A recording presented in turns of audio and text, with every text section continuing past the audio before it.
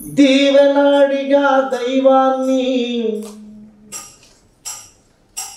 దీవెనాడిగా దైవాన్ని. దీవెనివ్వయ్యా స్వామి, దీవించు అని అడిగా. కానీ ఆ దేవుడు మనందరికీ దీవెనివ్వయ్యా అని అడిగితే ఏమిచ్చాడో తెలుసా? దీవెనాడిగా దైవాన్ని, దీవెనాడిగా దైవాన్ని, బిడ్డల నవ్వును ఇచ్చాడు. వెలుగును అడిగా దైవాన్ని, oh God give me the light, దేవుడా నాకు వెలుగుని అని అడిగా. కానీ ఏమిచ్చాడో తెలుసా దేవుడు మనకి? వెలుగును అడిగా దైవాన్ని, వెలుగును అడిగా దైవాన్ని, గురువును ఇచ్చాడు, గురువును ఇచ్చాడు, గురువును ఇచ్చాడు, గురువును ఇచ్చాడు. అన్నీ పొందాలని ఉంది, హాయిగా ఉండాలని ఉంది. అన్నీ పొందాలని ఉంది, హాయిగా ఉండాలని ఉంది. అన్నీ పొందాలి, హాయిగా ఉండాలి అంటే డబ్బులుంటే చాలే అనుకున్నాను నేను. డబ్బులుంటే అన్నీ వచ్చేస్తాయి కదా. అన్నీ పొందాలని ఉంది, హాయిగా ఉండాలని ఉంది అని బాగా ఆలోచించి దేవుణ్ణి అడిగా.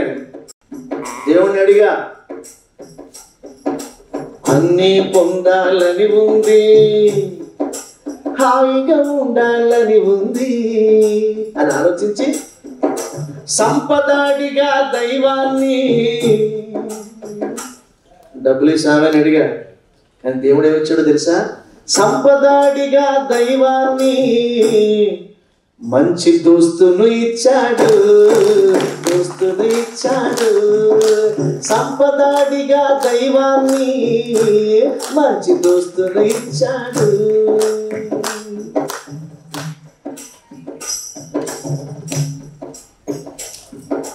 సుఖాల సౌఖ్యాలెన్నాళ్ళు, పగలు రాత్రి ఉండవా?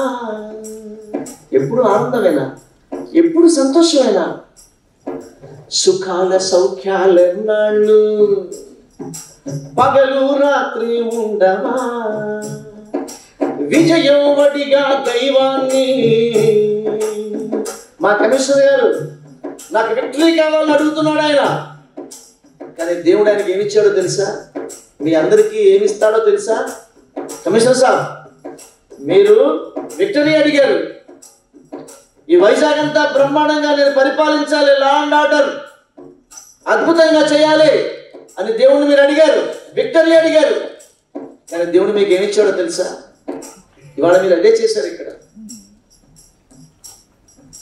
విజయం అడిగా దైవాన్ని, విజయం అడిగా దైవాన్ని, ఓర్పును ఇచ్చాడు, ఓర్పును ఇచ్చాడు. విజయం అడిగా దైవాన్ని, ఓర్పును ఇచ్చాడు.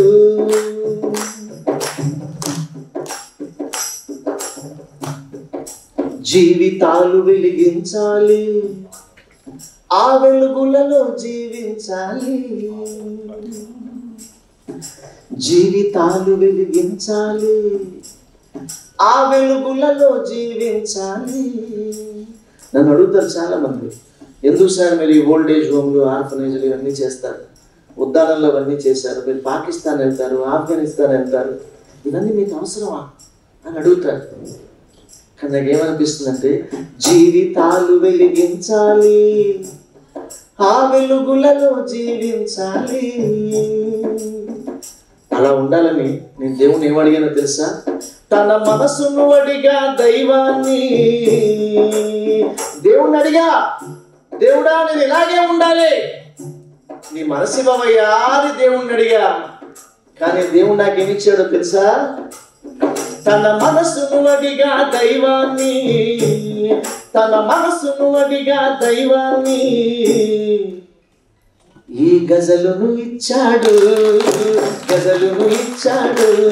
తన మనసును అడిగా దైవాన్ని గజలును ఇచ్చాడు. వెన్నెల కన్నులు కావాలి, ఆలోగిలిలో నిదరోవాలి. వెన్నెల కన్నులు కావాలి, ఆలోగిలిలో నిదరోవాలి. వెన్నెల కన్నులు కావాలి, ఆలోగిలిలో నిదరోవాలి అని మా కమిషనర్ గారు వెన్నెల కన్నులు కావాలి, ఆ లోగిలిలో నిద్రపోవాలి అనుకుని దేవుడు ఆయన ఏమడిగాడు అంటే ఇల్లును అడిగా దైవాన్ని. మంచి ఇల్లు ప్రభువుని అడిగాడు మా కమిషనర్ గారు. కానీ కమిషనర్ గారికి దేవుడు ఏమిచ్చాడో తెలుసా? ఇల్లును అడిగా దైవాన్ని ఇల్లాలును ఇచ్చాడు, ఇల్లాలును ఇచ్చాడు. ఇల్లును అడిగా దైవాన్ని ఇల్లాలును ఇచ్చాడు. నాకు ఇష్టమైన చరణం, ఏది అడిగినా ఇచ్చేవారు, ఓదార్చేవారు ఉండాలి. జీవితంలో ఒకరు ఉండాలి. ఎన్ని కోట్లున్నా ఉపయోగం, డబ్బు ఉంటే చాలే అని అనుకుంటాం మనం అందరం. డబ్బే అన్ని ఇస్తుంది అనుకుంటాం మనం.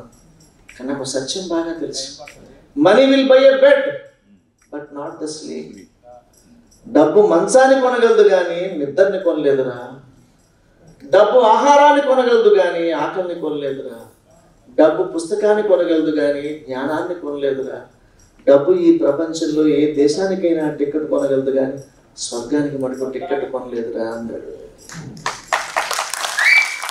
నీ జీవితంలో ఒకళ్ళు ఉండాలి, ఒకళ్ళు ఉండాలి.